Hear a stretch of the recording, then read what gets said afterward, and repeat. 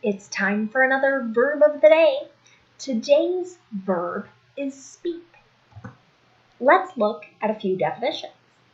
The first way the verb speak is used is to mean to say something in order to convey or share information, an opinion, or a feeling.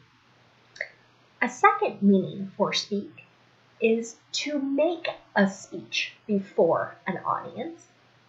And a third way this word speak is used is to mean to communicate in a specific language. Speak is an irregular verb. We make the progressive by adding ing to the end to form speaking.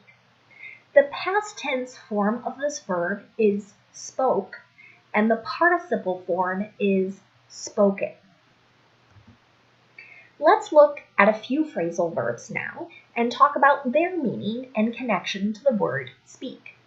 The first phrasal verb we're going to look at is speak for. And this can have a few different meanings. We'll talk about each one separately. The first is to speak on someone's behalf. Here it is in a sentence. I think I speak for the whole class when I say that we're excited to go back to school. So here, one student is sharing thoughts or feelings that are common to all students. So instead of each person saying it individually, one is sharing on behalf of the whole class. Another way the phrasal verb speak for oneself is used is to mean that you are providing an opinion only on one's behalf. Here's what I mean in an example. I'm speaking for myself, not for my company. So in this particular sentence or situation, I would be sharing my thoughts and noting that I'm not sharing thoughts or feelings that represent my company. Another way speak for oneself is used is to mean that you are expressing disagreement with an opinion that somebody else has expressed. Here's how you'll typically hear it. Okay? You'll hear it as an imperative like this: speak for yourself. Okay? So in my example, I have speak for yourself. I think that's a great idea. So someone else might have just shared like, oh, that's a bad idea, something won't work. And what I'm trying to say is, oh, no, I don't agree with that idea. That person only represents his or her self, not my opinion. Another phrasal verb with speak is speak out, and it means to talk openly and freely. Here's an example sentence. Many people have spoken out about police brutality. Another phrasal verb you might hear is speak up, and it means to talk more loudly or plainly. Here it is in a sentence. Could you speak up? I can't hear you. The final phrasal verb we're going to look at today is speak up for, and it means to advocate for or to assert one's opinions. So, in a sentence, they spoke up for equality. Let's continue using speak to have a few different meanings and a few different verb tenses. Today, we'll look at the present progressive, the present perfect, and the simple future. Let's start with present progressive. To make this verb tense, I'm going to use a present form of be and then the ing form of the verb. Here is an affirmative example. I'm speaking to the customer service agent. You might remember that we tend to use present progressive to describe something that is happening right now or something that is in progress. So in this particular sentence, that could be describing something that's happening now. To make negative present progressive, all we need to do is insert not after the be verb. Here's another example. They aren't speaking right now. Now, this sentence could have a few different meanings. It could mean that someone is just being very quiet at this moment, but it could also mean that two people have had some sort of disagreement, like, I'm not talking to you right now, that kind of feeling. If we want to make a question in present progressive, we're going to start with a form of be, then we'll have our subject, and then the ing form of the verb. Here's an example. Is he speaking at the conference? This particular use of the verb would go back to the meaning where we talked about giving a speech. Next, let's look at present perfect.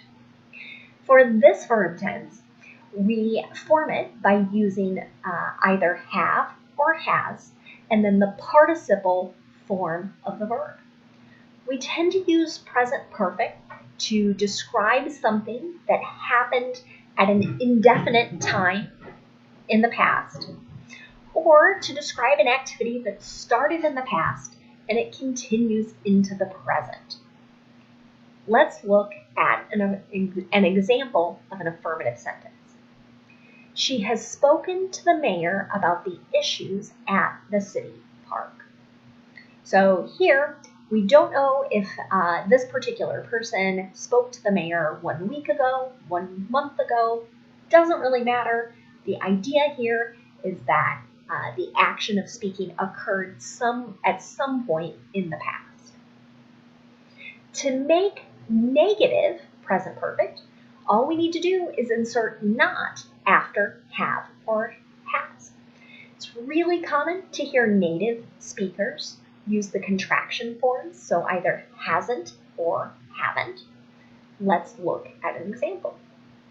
I haven't spoken French since high school. So their speak is being used to talk about using a particular language, one of the earlier definitions we looked at. If we want to make a yes or no question in the present perfect, we're going to start with have or has, then our subject, and then the participle form of the verb. Here's an example. Have you spoken to your family recently? Next, let's look at simple future. Today, we'll focus on using will. And the nice thing about that particular form of the future is that will stay the same no matter what the subject is. And what comes after will is always the base verb. We don't need an S, we don't need any ing. Nice and easy. So in future, we might use will to talk about a prediction, to make an offer or a promise. Those are some of the common usages for this particular form of the simple future. Let's look at an example now. He will speak to the teacher after class. If I want to make a negative sentence in simple future using will, I'm going to insert not after will. And you might hear native speakers use the contraction form, which is won't. Here's that sentence. They won't speak while other students are speaking. Finally, if we want to make a yes or no question, we're going to start with will, then our subject, and then the base verb. Will you speak up at the meeting tomorrow? Let's talk about some words that are related to our verb speak. The first word we're going to look at is speaker. It's a noun, and it can have a couple different meanings. The first way you might hear this word used is to mean a person who speaks. And this speaks part, I would encourage you to think about the meaning of giving a speech. So let's look at an example of that particular meaning or usage. The speakers at the school assembly inspired students to dream big. So here we might be talking about multiple people who gave speeches. Another way speaker is used as a noun is as a short form for the word loudspeaker. The loudspeaker is an apparatus that converts things into sound, and it usually kind of amplifies that sound so that we can hear it. I'm certain you have encountered speakers in a variety of settings. They're in cars, for example. They're in movie theaters, so we can hear the characters speaking, the music, concert venues. They're in many places. So let's look at an example of that definition in a sentence. They bought portable speakers to enjoy their music on the go. So this would be something that's easy to carry, easy to move around from place to place. I included a picture here in the bottom of some maybe a little more old-fashioned or professional grade speakers. They can be quite large, very heavy, which would be different than what I'm describing in this particular sentence with portable. Portable implies it's lightweight, it's easy to move from place to place. Another noun that's connected to this verb is speakerphone. And what it's referencing with that is a telephone that can be used without picking up the handset. That's really, I would say that definition is a little bit older and connected to this idea that we could push a button on a phone instead of holding something, that it might free up our hands so we could type or write and take notes. But this particular piece of technology is present today in our cell phones, right? So when you're talking on a cell phone, you can hold the phone up like this, right? But you might be able to push another button. My phone, it actually says just speaker. I push it, I can hold it up, I could set the phone down, and the voice on the other end is going to be amplified, and I'm going to be able to speak into it and again have my hands free. Another connected word to our verb speak is unspeakable. It's an adjective. And it can have a few different meanings. The first being not able to be expressed in words. And a related second definition there is too bad or horrific to express in words. So you can possibly see or hear this adjective unspeakable used to describe something positive. So you might hear like unspeakable joy, unspeakable happiness. So describing someone who's so joyful or so happy and they're just lost for words to describe it. But I think, unfortunately, it is more common to see it describing something really negative. So I did a quick search today and found examples of unspeakable violence. That was a common one. My example sentence here, they experienced an unspeakable tragedy. So something very sad. I didn't want to get too negative in my sample, but I think we could all imagine something that is horrible, very sad, and then we might use unspeakable to describe it because we don't have the words to describe just how bad or how awful something is. Lastly, I'm going to leave you with an idiom, and that idiom is on speaking terms. And what it means is to have a friendly relationship. Here it is in a sentence.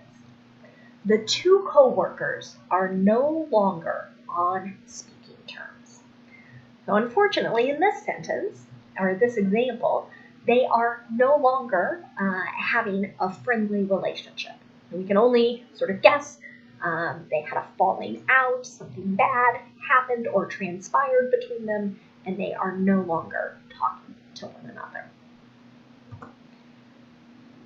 I hope that doesn't happen to you, and I hope you remain on speaking terms with all of your friends and family. Thanks so much for watching today's video. I hope you have a great day.